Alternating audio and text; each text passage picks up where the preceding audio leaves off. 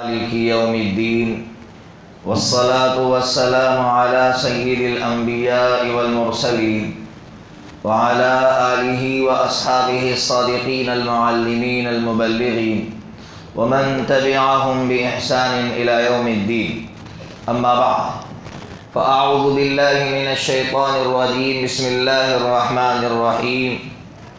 الف لام میم ذلك الكتاب لا ريب فيه هدى للمتقين. وقال الله سبحانه وتعالى يا أيها الناس اعبدوا ربكم الذي خلقكم والذين من قبلكم لعلكم تتقون. صدق الله العظيم. واجب الاحترام میرے معزز دینی بھائیوں، سورہ بقرہ کی تفسیر شروع ہو گئی ہے. کل سورہ بقرہ کی جو پہلی آیت تھی ذالک الکتاب لا ریب فیہ، اس کے تعلق سے بات سمجھا دی. اب آگے اللہ تبارک و تعالیٰ کیا کہنا چاہ رہے ہیں وہ سمجھیے. اس آیت کے بعد اللہ تعالیٰ نے 3 جماعتوں کا ذکر کیا ہے، 3 گروہ کا ذکر کیا ہے. پہلی جماعت اللہ تعالیٰ فرما رہے وہ مؤمنین کی جماعت ہے، متقین کی جماعت ہے. دوسری جماعت تو اللہ تعالیٰ فرما رہے کافرین کی جماعت ہے. اور تیسری جماعت تو اللہ تعالیٰ نے فرمایا منافقین کی جماعت ہے. اب اللہ تعالیٰ تینوں کی ڈیٹیل بیان کر رہے ہیں، تفصیل بیان کر رہے ہیں، اور تینوں کا انجام بیان کر رہے ہیں کہ تینوں کا انجام کیا ہوگا. پہلی جماعت متقین مومنین کی ہے. کسے کہتے ہیں مومن؟ مومن کون ہے اللہ کی نظر میں؟ متقی کون ہے اللہ کی نظر میں؟ تو اب سمجھیے گا. مومن اللہ کی نظر میں وہ ہے جس کے اندر 5 علامتیں پائی جائیں، 5 نشانیاں جس بندے کے اندر ہے وہ بندہ مومن ہے. کون کون سی 5 نشانیاں؟ 18واں پارہ، سورت کا نام ہی ہے سورۃ المؤمنون. اس سورت کا پہلا ہی صفحہ اور پہلی 5 آیتیں، اس میں اللہ تعالیٰ نے مومن کون ہے اس کی 5 نشانیاں بیان کی ہے. پہلی نشانی اللہ فرماتے ہیں مومن وہ ہے جس کو نمازوں سے دلچسپی ہو، نماز خشوع و خضوع کے ساتھ، دلچسپی کے ساتھ، دل جمعی کے ساتھ نماز پڑھتا ہو، وہ مومن ہے. اب میں اور آپ اپنے آپ کو قرآن کی اس آیت کے سامنے رکھیں کہ میں اللہ کی نظر میں مومن ہوں یا نہیں ہوں. کیا نمازوں سے دلچسپی ہے؟ اگر ہے تو اللہ کی نظر میں مومن ہوں، اور اگر مجھے نمازوں سے کوئی دلچسپی نہیں ہے تو میں اللہ کی نظر میں مومن نہیں ہوں. پہلی علامت. دوسری علامت والذین هم عن اللغو معرضون. بہت بڑی علامت بتلائی اللہ تعالیٰ نے. مومن وہ ہے جو بیکار چیزوں سے، بیکار کاموں سے، بیکار باتوں سے دور رہتا ہے. اللہ کی نظر میں وہ مومن ہے. بیکار کسے کہتے ہیں؟ علماء نے لکھا ہے کہ جس میں نہ آپ کا دنیاوی فائدہ ہو اور نہ آخرت کا فائدہ ہو تو سمجھ جاؤ کہ یہ بیکار کام ہے. اب میں اور آپ اپنی سوسائٹی کا جائزہ لیں کہ ہماری سوسائٹی کتنے بیکار کاموں میں لگی ہوئی ہے، اور آج کل ہمارا جو نیا جنریشن ہے وہ لغویات کی طرف، نشے کی طرف، ڈرگس کی طرف، نہ جانے کیسی کیسی چیزوں کی طرف ہماری جو نسل ہے وہ جا رہی ہے. جبکہ قرآن کہہ رہا ہے کہ مومن تو وہ ہوتا ہے جو لغویات سے، بیکار کاموں سے دور رہتا ہے.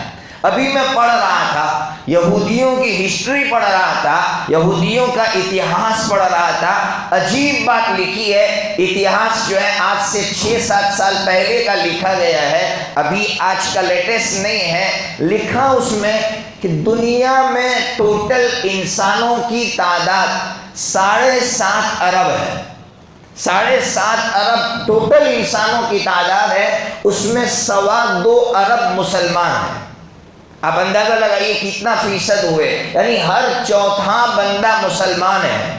ہر چوتھا بندہ دنیا میں مسلمان ہے، تو سواد و عرب مسلمانوں میں سے پڑھے لکھے لوگ صرف 8% صرف پڑھے لکھے لوگ ہیں، 92% لوگ ان پڑھ ہیں۔ آپ اندازہ لگائیے۔ اسی لیے تعجب کی بات یہ ہے کہ یہودیوں کی تعداد 80 لاکھ ہے، صرف 80 لاکھ ہے یہودیوں کی تعداد۔ 80 لاکھ یہودی پوری دنیا کو نچا رہے ہیں، پوری دنیا کی نکیل ان کے ہاتھوں میں ہے، پوری دنیا کو وہ نچا رہے ہیں صرف اس وجہ سے یا تو ان کے پاس علم ہے، تعلیم ہے، یا پھر اس کی ایک اور وجہ ہے جو قرآن نے آگے بیان کی ہے، جو میں سمجھاؤں گا سورہ بقرہ کے اندر۔ بہرحال مجھے اور آپ کو سمجھنا یہ ہے کہ آج ہماری آنے والی نسل کہاں جا رہی ہے، اس کا پیسہ کہاں خرچ ہو رہا ہے۔ ابھی میں نے ایک جگہ کہا کہ میں پالکپور کا رہنے والا ہوں، پالکپور کے 14 گاؤں کا سروے ہوا تو 14 گاؤں میں گٹکا کا خرچ ایک سال کا 34 کروڑ روپیہ ہے۔ اب اندازہ لگائیے کہاں جا رہی ہے نسل، کیا کھا رہی ہے، کیا پی رہی ہے، پیسے کہاں اڑا رہی ہے، کچھ نہیں معلوم۔ قرآن کہہ رہا ہے والذین هم عن اللغو معرضون، مومن تو وہ ہے جو بیکار چیزوں سے دور رہتا ہو۔ اس لیے یہ جو موبائل ہے، موبائل کے پیچھے ہماری نسلیں بھاگ رہی ہے۔ ارے میرے بھائیوں، میں چونکہ بہنیں بھی میرا بیان سن رہی ہے، تفسیر سن رہی ہے، ان سے بھی میری درخواست ہے اپنے شوہروں کا سپورٹ کرو۔ کس میں سپورٹ کرو میں سنا رہا ہوں۔ کم از کم رمضان کے مہینے میں گھر پہ جو موبائل رکھا ہے اس کا ریچارج مت کرواؤ، اتنا تو کر لو۔ اور بہنوں سے کہہ رہا ہوں سپورٹ کرو۔ تمہارا شوہر آ کر اگر یہ کہتا ہے کہ رمضان میں گھر میں جو موبائل ہے اس میں ریچارج نہیں ہوگا، یا کالنگ ریچارج ہوگا، اس میں جو دوسری چیزیں دیکھی جاتی ہے اس کا ریچارج نہیں ہوگا، تعاون کرے۔ آپ کے بچے ایک مہینہ اگر موبائل کی لغویات سے دور رہیں گے، اللہ تبارک و تعالیٰ سال بھر میں ان کو بچائے گا۔ ارے کر سکتے ہیں کہ نہیں کر سکتے بھائی؟ میں نے کیا، اپنے گھر والوں سے کہا، فوراً انہوں نے میرا تعاون کیا کہ آپ کی بات بالکل صحیح ہے۔ بچے اسکول سے آتے سیدھا موبائل، بچے مدرسے سے آئے سیدھا موبائل، معلوم نہیں کہاں کہاں گھستے ہیں ہمارے بچے۔ رمضان کا مبارک مہینہ، اذان ہو رہی ہے اور ہمارے بچے کا موبائل چل رہا ہے، زور زور سے شور کر رہا ہے، اس میں آوازیں چل رہی ہیں۔ میں تو یہاں کے انتظامیہ سے، آپ لوگوں سے بھی درخواست کرتا ہوں، ارے بھائی اذان ہو تو کم از کم خاموش رہو، اذان پر تو خاموش رہے ہم۔ اذان کی قدر نہیں ہے۔ بمبئی کا واقعہ ہے، ایک شرابی کا واقعہ، بمبئی کا ایک شرابی کا عجیب واقعہ لکھا ہے کہ جب مرنے کا وقت قریب آیا، آخری سانسیں لے رہا تھا، تو گھر والے کلمے کی تلقین کر رہے۔ گھر والے، ماں باپ تو ماں باپ ہوتے ہیں، نوجوان بچہ ہے، کلمے کے بغیر چلا جائے گا، ماں باپ پوری زندگی پریشان رہیں گے۔ ماں باپ کلمے کی تلقین کر رہے ہیں، بچہ کلمہ لے نہیں رہا ہے۔ ایک اللہ والا قریب میں رہتا تھا، اس کو بلا کر لائے، کہا حضرت ہمارا بچہ اس کو کلمے کی تلقین کر رہے، وہ کلمہ پڑھ نہیں رہا ہے، کیا کرے؟ اللہ والے ہوتے، انہوں نے کہا اس کی کوئی خوبی تھی؟ کہا ہاں اس کے اندر ایک خوبی تھی۔ کیا خوبی تھی؟ کہا جب اذان ہوتی تو یہ شراب خانے میں بھی ہوتا تو سارے لوگوں کو خاموش کرواتا، اور صرف بولتا نہیں، اپنے ہاتھ سے خاموش کرواتا، سب خاموش ہو جاؤ، اللہ کا نام لیا جا رہا ہے۔ کہیں بھی ہو، گھر میں ہو، شراب خانے میں ہو، اذان ہو تو سب کو خاموش کرواتا۔ اس اللہ کے ولی نے کہا تو تب تو اذان دینا شروع کرو۔ ایک بندے نے اذان دینا شروع کی، لا الہ الا اللہ پر پہنچے۔ یہ لڑکا جو آخری سانسیں لے رہا، اپنی ہاتھ ہلا رہا اور کہہ رہا ہے لا الہ الا اللہ، لا الہ الا اللہ، اور اسی حالت میں اللہ کو پیارا ہو گیا۔ میرے بھائیوں، اذان کی قدر پر اللہ نے کلمے پر موت دی، جبکہ وہ شرابی تھا۔ ہم ایمان والے بندے ہیں، صبح سے شام تک ایمان والے کے گھر میں رہے، لیکن اللہ کے گھر میں اگر شور کر رہے ہیں اور اللہ کے گھر کی عظمت ہمارے سینوں میں نہیں ہے، تو پھر ہمیں اپنے انجام سے ڈرنا چاہیے کہ ہمارا انجام کیا ہو سکتا ہے۔ اللہ رب العزت بہت جلدی چھین لیتے ہیں جب ناقدری ہوتی ہے۔ تو قرآن کہہ رہا ہے والذین هم عن اللغو معرضون۔ اب آگے سنیے تیسری نشانی۔ قرآن کہہ رہا ہے مومن وہ ہے جو زکوٰۃ بانٹتا ہے، زکوٰۃ دیتا ہے، زکاتیں لیتا نہیں ہے، زکوٰۃ بانٹتا ہے، وہ حقیقی معنی میں مومن ہے۔ مفسرین نے عجیب نقطہ لکھا ہے، قرآن یہ کہنا چاہتا ہے مسلمانوں سے کہ مسلمانوں پیسے کماؤ، پیسے کمانا برا نہیں، جبھی تو زکوٰۃ دو گے۔ یہ جو آج کے نوجوان گھروں میں پڑے ہیں، پیسے کمانا بھی نہیں جانتے ہیں، پھر زکوٰۃوں پر پل رہے ہیں۔ قرآن کہہ رہا ہے مومن تو زکوٰۃ دیتا ہے، لیتا نہیں ہے، جبکہ آج کا نوجوان ہاتھ پھیلا رہا ہے۔ اس لیے ہر نوجوان سے کہتا ہوں کمانا سیکھو اور کما کر زکوٰۃ تقسیم کرنے والے بنو، زکوٰۃ لینے والے نہ بنو۔ چوتھی علامت قرآن نے مومن کی بیان کی، قرآن کہہ رہا ہے مومن وہ ہے جس کی شرمگاہ محفوظ ہو، یعنی زنا کے قریب نہ ہو، اس کی آنکھیں غلط نہ دیکھے۔ تو چوتھی علامت بتائی کہ زنا سے دور رہتا ہو، اور پانچویں علامت بتلائی امانت اور اللہ سے جو ایگریمنٹ ہوا ہے اس کی رعایت ہو۔ کیا مطلب؟ اللہ سے کہہ کر آیا تھا کہ اللہ تیرے سوا کوئی رب نہیں ہے، اب اس دنیا میں بھی اس پر قائم ہو، اگر اس امانت میں خیانت ہو رہی ہے تو وہ مومن نہیں ہے۔ ہم لوگ امانت میں خیانت کا مطلب کیا سمجھتے ہیں کہ دکان پہ جاب کر رہا ہو تو سیٹھ کی امانت میں خیانت نہ کرو، اس کو ہم امانت میں خیانت سمجھتے ہیں، بلکہ سب سے بڑی خیانت یہ ہے اللہ سے جو ایگریمنٹ ہمارا ہوا ہے اس میں اگر ہم خیانت کر رہے ہیں۔ سیٹھ کو اپنا رب بنا رکھا ہے، دنیا کے بڑوں کو اپنا رب بنا رکھا ہے، تو ہم امانت میں خیانت کر رہے ہیں۔ ہمارا رب صرف اللہ ہے، اللہ کے سوا ہمیں کوئی پالتا نہیں ہے، کوئی نہیں کھلاتا ہے۔ ایک ماں باپ بعض مرتبہ بڑھاپے کی عمر کو پہنچ جاتے ہیں، ماں باپ بیچارے سمجھتے بیٹا ہم کو پالتا ہے، تو پھر بیٹے کی ساری ناجائز باتیں بھی سنتے ہیں۔ ماں باپ کا یہ حال ہو گیا، بہت سے ماں باپ بوڑھے ماں باپ کا حال ہے بیچاروں کا، بچے کھلاتے نہیں، آخری سہارا ہے، ان کے ٹکڑوں پر پل رہے ہیں۔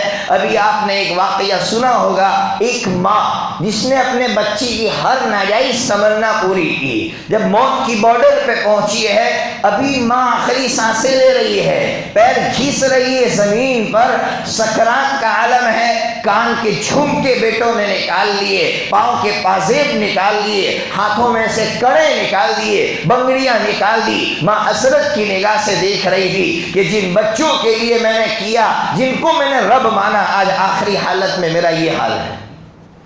اس لیے اللہ کے سوا کوئی رب نہیں ہے ہمارا۔ یہ پانچویں چیز ہے کہ اللہ کی امانت میں خیانت نہ ہو۔ یہ 5 علامتیں اگر ہیں تو ہم اللہ کی نظر میں مومن ہیں۔ کیا انجام ہوگا، کیا ملے گا؟ قرآن کہہ رہا ہے الذین یرثون الفردوس ہم فیہا خالدون، ہم فردوس کا مالک بنا دیں گے اور یہ جنت الفردوس میں ہمیشہ ہمیشہ رہیں گے۔ تو کتنے کام ہوئے بھائی؟ 5 کام، بہت آسان۔ نمازوں سے دلچسپی ہو جائے بھائی۔ نمبر 2، لغویات سے دور، بیکار کاموں سے دور، ہم اپنے آپ کو اپنی اولاد کو بیکار کاموں سے دور رکھیں۔ تیسری علامت زکاتیں بانٹنے والے بنو، اور چوتھی علامت شرمگاہ کی اور آنکھوں کی حفاظت، اور 5ویں علامت اللہ نے جو امانت عطا فرمائی ہے اس امانت میں خیانت نہ ہو۔ 5 کام ہیں، آپ مومن ہیں، ورنہ آپ اللہ کی نظر میں مومن نہیں ہے، چاہے ہم اپنے آپ کو مومن سمجھتے ہیں۔ دوسری جماعت کافرین کی جماعت ہے۔ آپ جانتے ہیں کافر کسے کہتے ہیں؟ کفرہ۔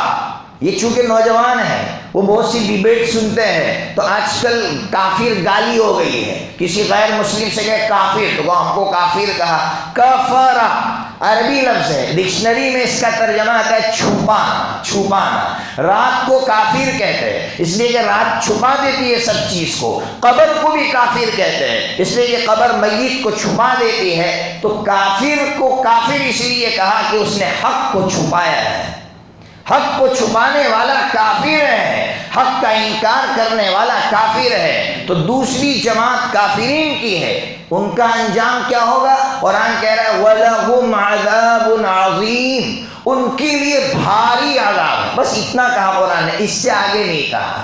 تیسری جماعت کو ڈیٹیل سے بیان کیا، تفصیل سے بیان کیا۔ کون ہے تیسری جماعت؟ منافقین کی جماعت ہے۔ اور منافق کسے کہتے ہیں؟ خود قرآن نے بیان کیا، وَإِذَا لَقُوا الَّذِينَ آمَنُوا قَالُوا آمَنَّا وَإِذَا خَلَوْا إِلَى شَيَاطِينِهِمْ قَالُوا إِنَّا مَعَكُمْ إِنَّمَا نَحْنُ مُسْتَهْزِئُونَ۔ منافق کون ہے؟ قرآن کہہ رہا ہے جب ایمان والوں سے ملے تو کہے ہم تمہارے ساتھ ہیں، اور جب دشمنوں سے ملے تو کہا ہم تمہارے ساتھ ہیں۔ قرآن کہہ رہا ہے یہ کٹر منافق ہے۔ اور پھر منافق کی سزا کیا ہے؟ قرآن کہہ رہا فی الدرک الاسفل من النار، جہنم کا جو سب سے خطرناک طبقہ ہوگا اس کے اندر اٹھا کر اس کو پھینک دیا جائے گا۔ یعنی کافر سے بھی خطرناک سزا ایک منافق کو دی جائے گی۔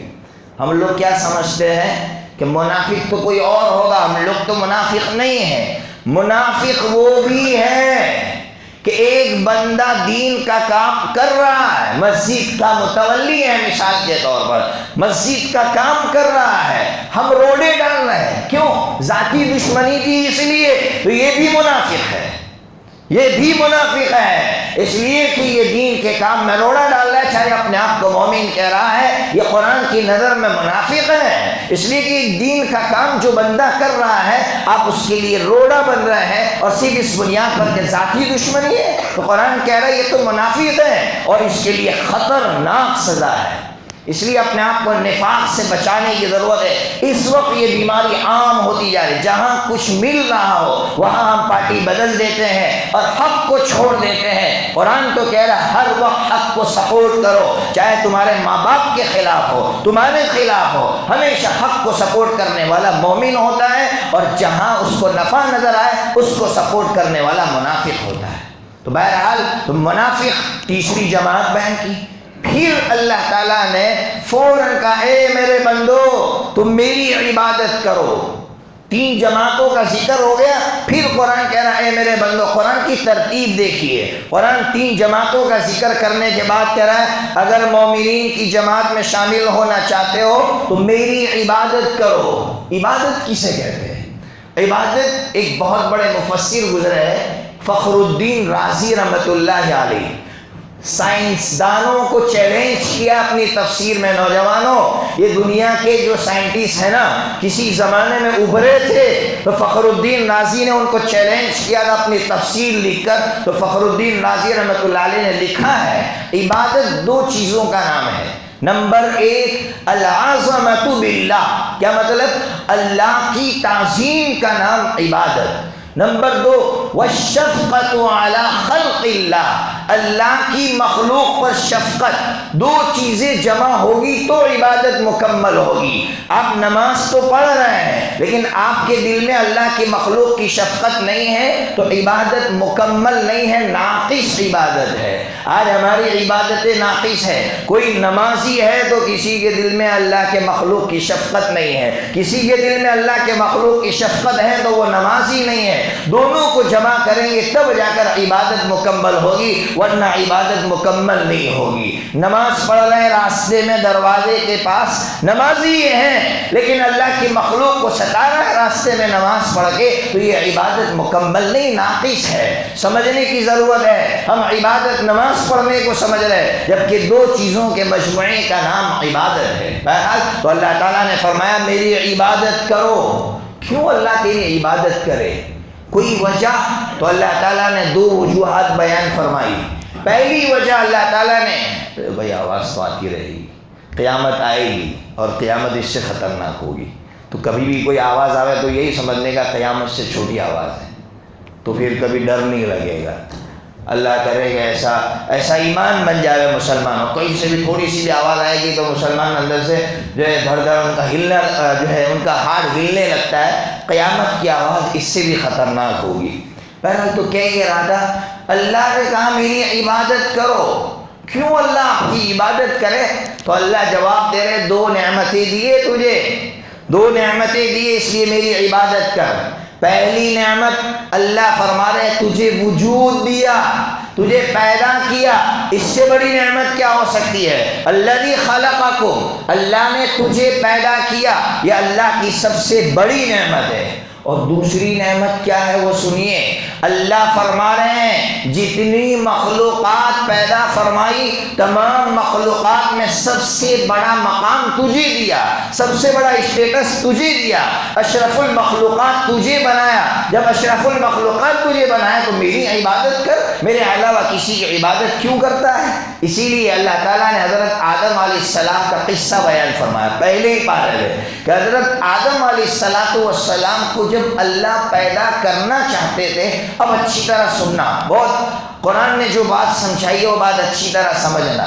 جب اللہ تعالیٰ حضرت آدم علیہ السلام کو پیدا کرنا چاہتے تھے تو اس وقت فرشتوں سے اللہ تعالیٰ نے کہا کہ یار میں ایک مخلوق پیدا کرنے والا ہوں، انی جاعل انی وَإِذْ قَالَ رَبُّكَ لِلْمَلَائِكَةِ، تو اللہ تعالیٰ فرشتوں سے کہہ رہے ہیں میں ایک مخلوق بنانے جا رہا ہوں جو میرا نائب ہوگی، میرا خلیفہ بنے گی۔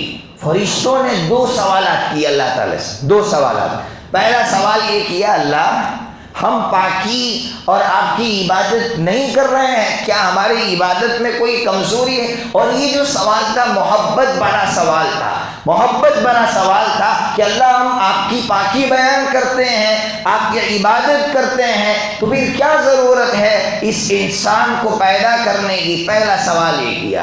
دوسرا سوال یہ کیا کہ اللہ اس سے پہلے زمین میں جنات رہتے تھے، وہ مرڈر کرتے تھے ایک دوسرے کا، اب تو اسی زمین پہ انسانوں کو پیدا کرے گا تو انسان بھی ایک دوسرے کا مرڈر ہی کریں گے، ایک دوسرے کا خون بہائیں گے، تو کیوں بنا رہا ہے ایسی مخلوق؟ دو سوالات کیے۔ اب سنیے گا، اللہ نے دو سوالوں کے جوابات کتنے پیارے انداز میں دیے وہ مجھے اور آپ کو سمجھنا ہے۔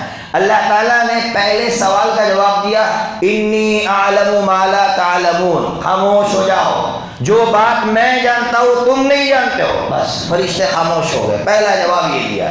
دوسرا جواب کیا دیا کہ فرشتوں عبادت تم سمجھے ہی نہیں ہو، عبادت صرف میری پاکی بیان کرنے کا نام نہیں ہے بلکہ درد دل کا نام عبادت ہے۔ انسان کے اندر دونوں چیزیں ہوگی، انسان میری عبادت بھی کرے گا اور انسانیت کے لیے اپنے اندر درد بھی رکھے گا۔ یہ درد تمہارے اندر نہیں ہے جبکہ انسان کے اندر ہے، اس لیے میں انسان کو پیدا کر رہا ہوں۔ اس لیے اقبال مرحوم نے کہا تھا درد دل کے واسطے پیدا کیا انسان کو، ورنہ طاعت کے لیے کچھ کم نہ تھے کروبیاں۔ کروب کہتے فرشتوں کو، مقرب فرشتوں کو۔ کہہ رہا ہے اقبال کہ طاعت کے لیے تو فرشتے موجود تھے، انسانوں کو درد دل کے لیے پیدا کیا، یہ چیز فرشتوں کے اندر نہیں تھی۔ فرشتے خاموش ہو گئے، مطمئن ہو گئے۔ اب آپ کو اور مجھے جو سمجھنا ہے، جو سیکھنا ہے، وہ میں آپ کو سکھا رہا ہوں، وہ سمجھا رہا ہوں، وہ سمجھیے۔ گھر میں ایک بچہ بھی ہوتا ہے، ایک بڑا بھی ہوتا ہے، مسجد میں بڑا بھی ہوتا ہے، چھوٹا بھی ہوتا ہے، دکان میں بڑا بھی ہوتا ہے، چھوٹا بھی ہوتا ہے۔ چھوٹے کے لیے بھی سبق، بڑے کے لیے بھی سبق اس واقعے میں۔ چھوٹے کے لیے کیا سبق ہے کہ بڑا کوئی فیصلہ کرے تو جلد بازی سے کام مت لے۔ آج ہمارا حال کیا ہو گیا ہے، ہمارے بزرگان دین تو یار جہاد کا فتویٰ ہی نہیں دیتے ہیں، کھلا کام ہی نہیں کرتے ہیں۔ بزرگان دین کے جو فیصلے ہیں وہ ہمیں سمجھ میں نہیں آتے، ہم جلد بازی سے کام لیتے ہیں۔ تو اللہ نے ہمیں یہ سبق دیا کہ دیکھو فرشتے میرے قریب میں رہتے تھے لیکن ان کو میرا فیصلہ سمجھ میں نہیں آیا، اس لیے کہ چھوٹے کا دماغ چھوٹا ہوتا ہے، جبکہ چھوٹا کیا کہتا ہے کہ بوڑھا سکھیا گیا ہے، کیسا فیصلہ کر رہا ہے، تجھے کیا معلوم کہ بوڑھے نے جو فیصلہ کیا ہے اس کے پیچھے تجربے چھپے ہوئے ہیں۔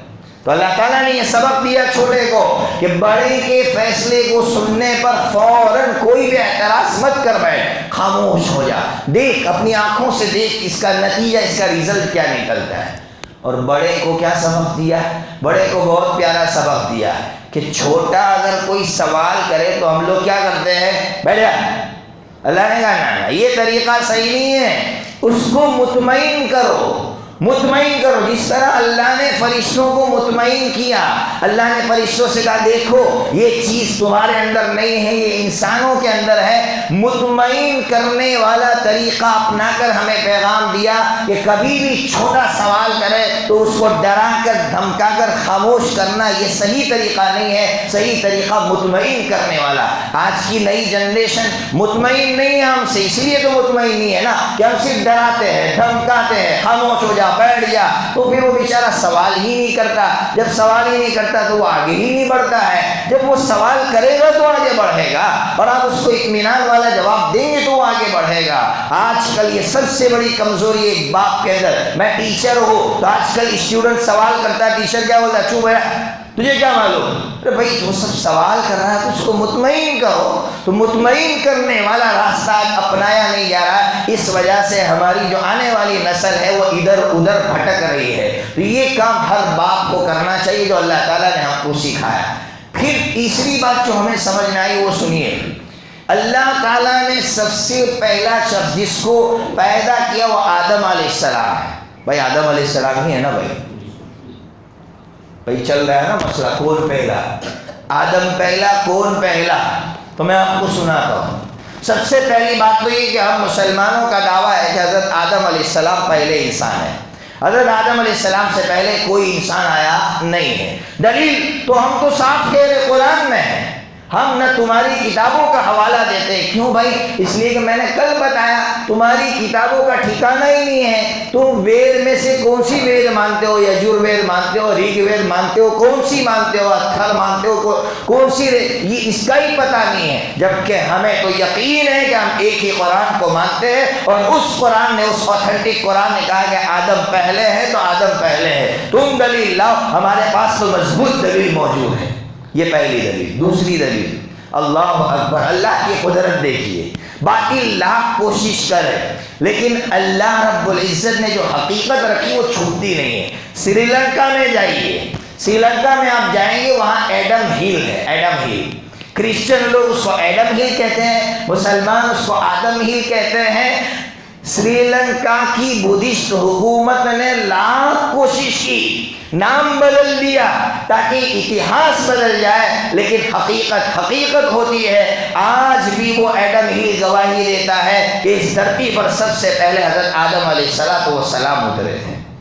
یہ ہمیں ایک عجیب چیز سیکھنے کو ملی۔ آج نام بدلے جا رہے ہیں، فلاں کا نام بدل دو، اپنی اولادوں کو وہی نام سکھاؤ جو نام ہم نے اپنی زبانوں سے لیے ہیں، یہی نام اپنی اولادوں کو سکھاتے رہو گے، تاریخ کبھی نہیں مسخ ہو سکتی، تاریخ کبھی بگڑ نہیں سکتی ہے۔ تاریخ اس وقت بگڑے گی جب ہم نام خود بدل دیں گے اور نام بدل کے سکھائیں گے۔ تو بہرحال حضرت آدم علیہ السلام کو اللہ تعالیٰ نے اس زمین پر پیدا، جو سب سے پہلے انسان ہے وہ آدم علیہ السلام ہے۔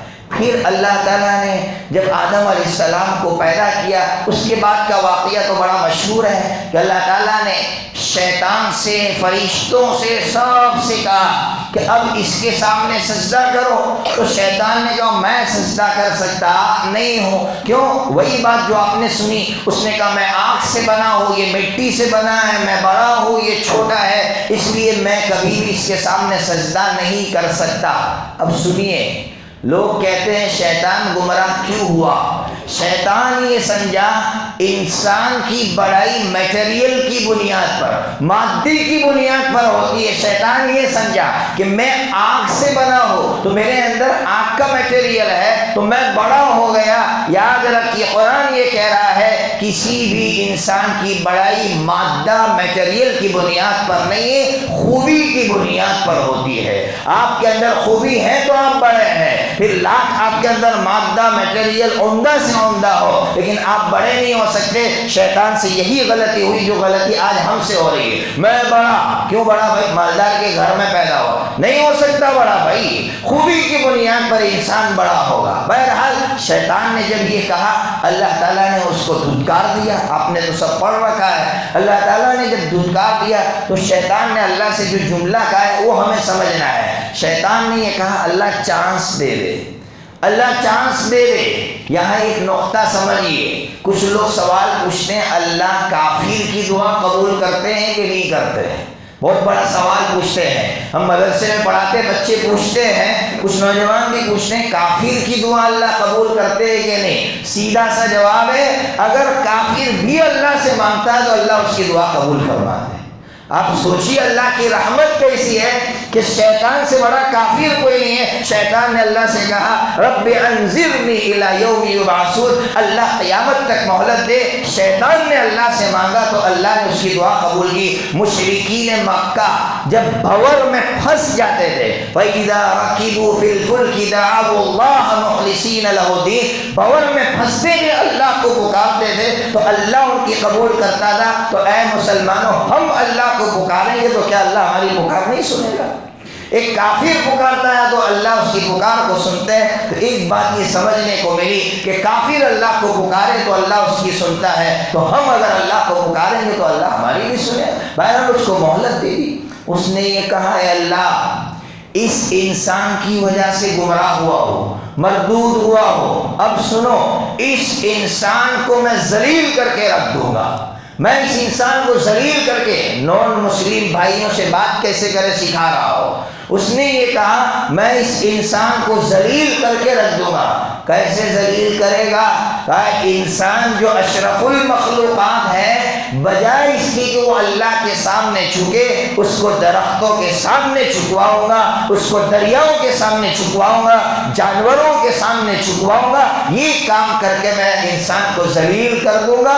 اس طرح شیطان نے انسان کو ذلیل کیا، لیکن شیطان کا یہ مقصد کب پورا ہوا آپ جانتے ہیں؟ فوراً اس نے منصوبہ بنایا اور پورا نہیں ہوا ہے۔ حضرت آدم علیہ السلام اس دنیا سے چلے گئے، حضرت شیس علیہ السلام اس دنیا سے چلے گئے، حضرت ادریس علیہ السلام اس دنیا سے چلے گئے، 3 نبی اس دنیا سے چلے گئے، تب جا کر شیطان اپنے منصوبے میں کامیاب ہوا کہ حضرت ادریس علیہ السلام کے بعد 5 نیک لوگوں کی مورتی پوجا اس نے شروع کروائی، جن کا ذکر 29ویں پارے میں ہے۔ کل اگر موقع ملا تو اس کو ڈیٹیل سے سمجھاؤں گا کہ کس طرح سے شیطان نے مورتی پوجا شروع کروائی اور انسان کو ذلیل کروایا۔ اللہ تبارک و تعالی ہم تمام کو قرآن مجید سمجھنے کی اور سمجھانے کی توفیق عطا فرمائے۔ اب ایک مسئلہ سن لو۔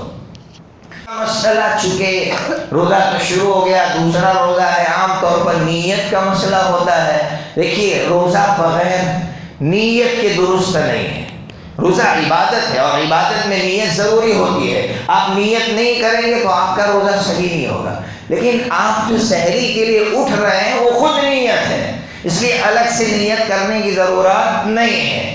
لیکن اگر کوئی الگ سے نیت کرنا چاہے کر سکتا ہے۔ بھائی عربی میں کیجئے، اردو میں کیجئے، وہ نویت ان اصوم غدا للہ، یہ جو لکھا ہوا ہوتا ہے نا، لوگ سمجھتے دعا ہے، بیچارے سمجھتے یہ دعا ہے۔ ارے بھائی یہ دعا نہیں ہے، یہ تو نیت ہے جو عربی میں لکھی گئی ہے، اور یہ کوئی ضروری نہیں ہے۔ آپ اردو میں کہہ رہے اللہ میرا روزہ ہو گئی نہیں ہے، یہ پتہ نہیں امت کو کیوں پریشان کر رکھا ہے۔ اس طرح کی چیزیں لکھ دیتے ہیں کہ امت پریشان سمجھتی ہے اس کو کرنا ضروری ہے، اس کو کرنا کوئی ضروری نہیں ہے۔ یہ نیت ہے، آپ اردو میں مانگیے اللہ میرا روزہ ہو گئی نہیں ہے۔ لیکن اگر کوئی شخص سحری کے لیے نہیں اٹھ سکا تو اس کے لیے بڑا مسئلہ آئے گا۔ تو آج میں نے حساب کر کے نکالا، 12 بجے سے پہلے اگر آپ نے کچھ کھایا پیا نہیں ہے تو 12 بجے سے پہلے اگر آپ نے نیت کر لی تو آپ کا روزہ صحیح ہو جائے گا۔ 12 بجے کے بعد آپ نیت کریں گے تو پھر آپ کی نیت کا اعتبار نہیں ہوگا۔ یہ ایک مسئلہ روزے کا سمجھا دیا۔ اب نماز کا سمجھاؤ، جو میں نے دیکھا اس لیے سمجھا رہا ہوں۔ ایک بچہ بیچ میں کھڑا تھا، چھوٹا بچہ بیچ میں کھڑا تھا، دوسری یا تیسری صف میں کسی بھائی کا بچہ تھا، کسی نے اس کو پیچھے کر دیا۔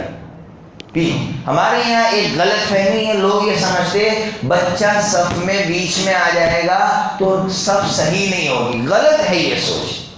ہاں یہ بات الگ ہے، بچوں کی صف الگ بننی چاہیے، لیکن بچہ اگر بیچ میں صف میں آ کر کھڑا ہوتا ہے کوئی خرابی نہیں ہے، کوئی خرابی نہیں ہے۔ بلکہ مفتی رشید صاحب لدھیانوی رحمۃ اللہ علیہ نے احسن الفتاویٰ کے اندر لکھا ہے کہ اگر بچہ اکیلا ہے، کوئی نہیں اس کے ساتھ، دوسرے بھائی اس کے، اگر خطرہ ہے کہ اس کو اکیلے پیچھے کروں گا تو باپ کا دھیان بٹے گا، تو باپ اپنے ساتھ میں کھڑا کرے۔